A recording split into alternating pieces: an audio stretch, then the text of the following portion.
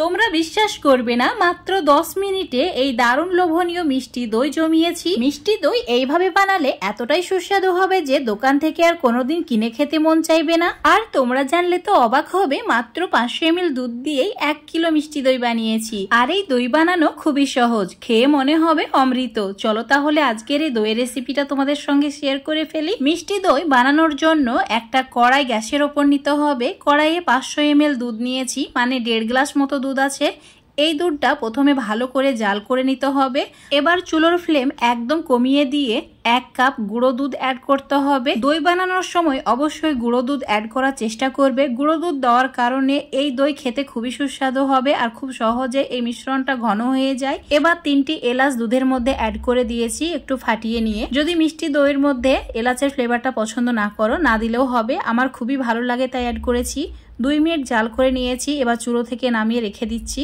এবারও চুলোর উপর একটা ফ্রাই প্যান নিতে হবে। দিয়ে দিতে হবে 25 গ্রাম চিনি, অল্প 2 চামচ মতো জল অ্যাড করেছি। চুলোর ফ্লেমটা মিডিয়ামে রেখে এইভাবে অনবরত নাড়াচাড়া করতে হবে। কিছুক্ষণের মধ্যে দেখতে পাবে চিনি একদম গলে গিয়েছে আর ঠিক এরকম ফেনা ফেনা হচ্ছে। এবার চুলোর ফ্লেমটা একদম কমিয়ে দিতে হবে। ঠিক যখন এরকম কালার আসবে, ফ্লেমটা একদম অফ করে দিয়ে আবারও এইভাবে নাড়াচাড়া করতে হবে। এবার এই চিনির ক্যারামেলের মধ্যে 1/2 কাপ মতো জল অ্যাড করে দিতে হবে, যাতে চিনির ক্যারামেলটা ভালোভাবে ঠান্ডা হয়ে যায়। ক্যারামেল সম্পূর্ণ ঠান্ডা হয়ে যাওয়ার পরই দুধের মিশ্রণের মধ্যে অ্যাড করতে হবে। তো এখন একটা কাপের মধ্যে ঢেলে রেখে দিচ্ছি। এখন এই দুধের মিশ্রণটা সম্পূর্ণ ঠান্ডা অবস্থায় আছে। দিয়ে দিলাম 25 গ্রাম চিনি আর 25 গ্রাম চিনির যে ক্যারামেল করে রেখেছিলাম সেটা। এই চিনি আর ক্যারামেল খুব ভালো করে প্রথমে মিশিয়ে নিতে হবে।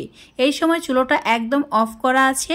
তো ভালোভাবে যখন মেশানো হয়ে যাবে, তারপর চুলোটাকে অন করে দিতে হবে। এখানে 500 ml দুধের জন্য 50 গ্রাম চিনি ব্যবহার করেছি। মিষ্টি দইয়ের মধ্যে মিষ্টির পরিমাণটা যদি বেশি খেতে চাও, চিনির পরিমাণটা বাড়িয়ে নিতে পারো। যদি মিষ্টির পরিমাণটা কম করতে চাও, তাহলে চিনির পরিমাণটা কমিয়ে নিতে পারো। মিডিয়াম টু হাই ফ্লেমে ভালো করে জাল করে নিয়েছি, অনেকটাই ঘন হয়ে গেছে।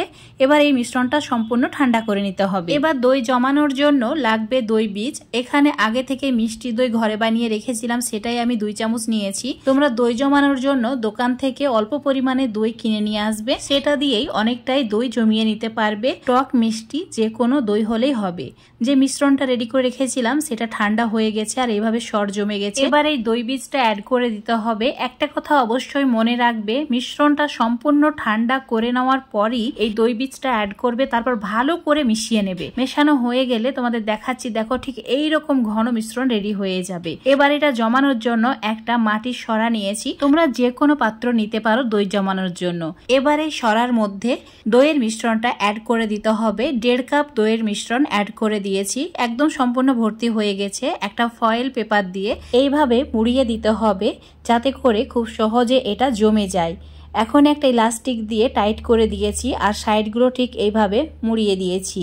এটাকে সাইডে রেখে দিচ্ছি। আর একইভাবে আরো 3টি ছোট ছোট মাটির পাত্রে আমি এই মিশ্রণটা অ্যাড করে এটাকে রেডি করে নিচ্ছি।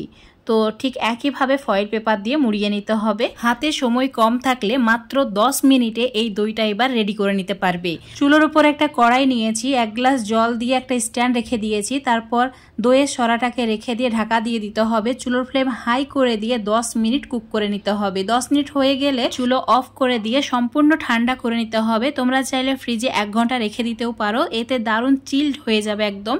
তো এখন তোমাদের আমি কিছুক্ষণ পর দেখাচ্ছি। দেখতে পাচ্ছ সম্পূর্ণ ঠান্ডা হয়ে গেছে আর দারুণভাবে এটা জমে গেছে। কতটা সুন্দর হয়েছে দইটা, দেখেই লোভ সামলাতে পারবে না, এতটাই সুন্দর হয়েছে। আর এটা খেতে সত্যি বন্ধুরা অসাধারণ ছিল।